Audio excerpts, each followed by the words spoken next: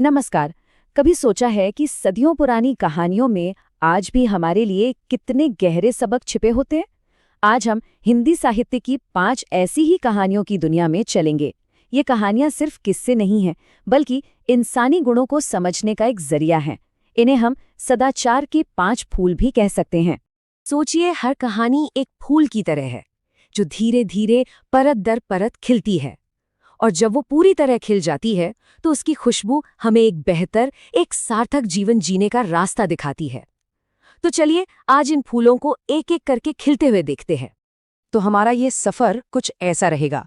हम शुरुआत करेंगे अनुशासन के फूल से और देखेंगे कि कैसे एक बिखरी हुई जिंदगी को सही राह मिलती है। फिर बात होगी स्वाभिमान की, आत्मशुद्धि की और सच्चे ज्ञान की। और आखिर में हम पहुंचेंगे मानव प्रेम के फूल तक, जो हमें सबसे गहरे स्तर पर जोड़ता है। हमारा पहला फूल है अनुशासन का, और ये खिलता है कहानी कप्तान साहब में। ये कहानी इस बात की है कि कैसे नियम और जिम्मेदारी किसी की जिंदगी को पूरी तरह से बदल सकते हैं। इस कहानी के 3 मुख्य किरदार हैं। एक है जगत सिंह, एक नौजवान, ताकतवर लेकिन बिल्कुल बेपरवाह और बिना किसी मंजिल के। दूसरे हैं उसके पिता भक्त सिंह, जो हमेशा अपने बेटे के लिए फिक्रमंद रहते हैं। और तीसरे हैं कप्तान साहब, एक फौजी अफसर जो बाहर से सख्त हैं लेकिन अंदर से उतने ही नरम दिल। तो होता यूं है कि जगत सिंह की जिंदगी बस आवारागर्दी में कट रही है। उसे कोई रोक टोक पसंद नहीं। एक दिन वो गुस्से में और आज़ादी की चाह में डाकखाने से पैसे चुराकर भाग जाता है। उसे लगता है कि अब वो अपनी किस्मत खुद बनाएगा। पर किस्मत उसे फौज के दरवाजे पर ले आती है, एक ऐसी जगह जहां उसकी दुनिया ही पलटने वाली थी। और यहीं से जगत सिंह का असली बदलाव शुरू होता है। फौज का वो सख्त अनुशासन, वो सुबह 4 बजे उठना, कड़ी ट्रेनिंग, पहले तो उसे तोड़ने की कोशिश करता है, लेकिन फिर धीरे धीरे उसे एक नया आकार देता है। उसे पहली बार एहसास होता है कि उसके पिता का प्यार क्या था, और वो ये भी सीखता है कि असली ताकत सिर्फ जिस्म में नहीं बल्कि जिम्मेदारियां उठाने में होती है। तो अनुशासन हमें एक ढांचा देता है, पर स्वाभिमान हमें हमारी कीमत बताता है। और यहीं से खिलता है हमारा दूसरा फूल, कहानी इस्तीफा से। ये कहानी सिखाती है कि इंसान की इज्जत उसकी रोजी रोटी से कहीं ज्यादा बड़ी चीज है।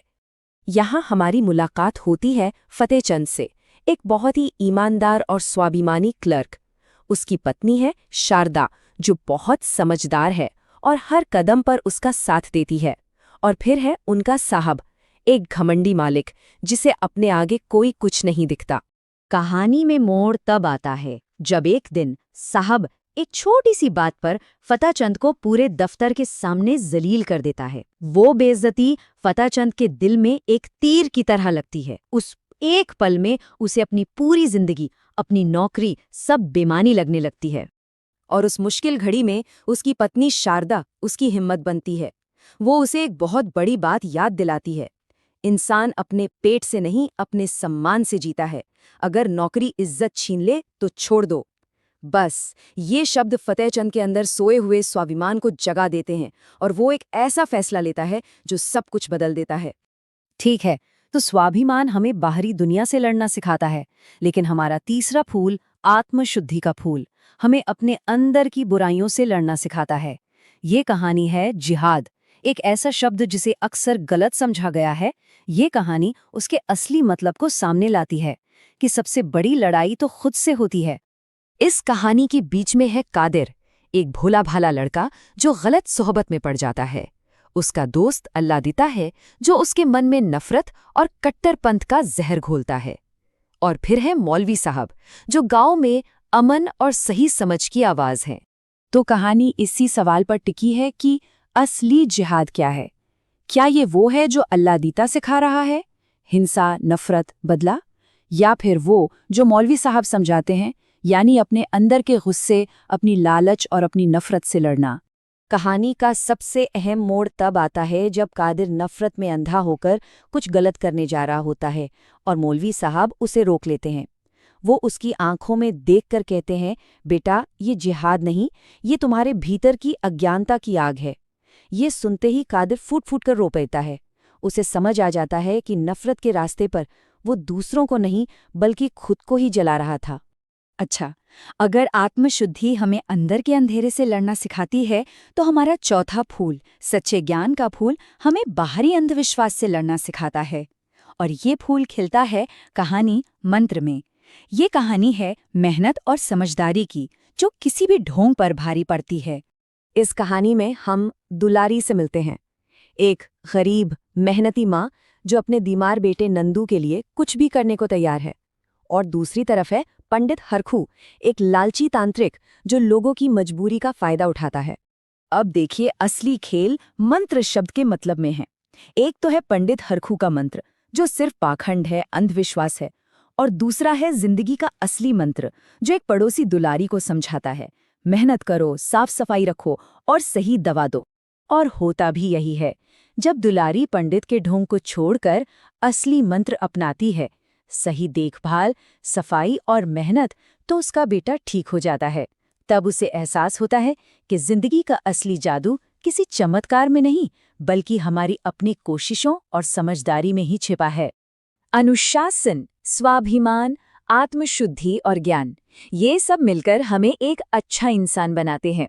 पर हमारा पांचवा और आखिरी फूल, मानव प्रेम का फूल, हमें एक दूसरे से जोड़ता है।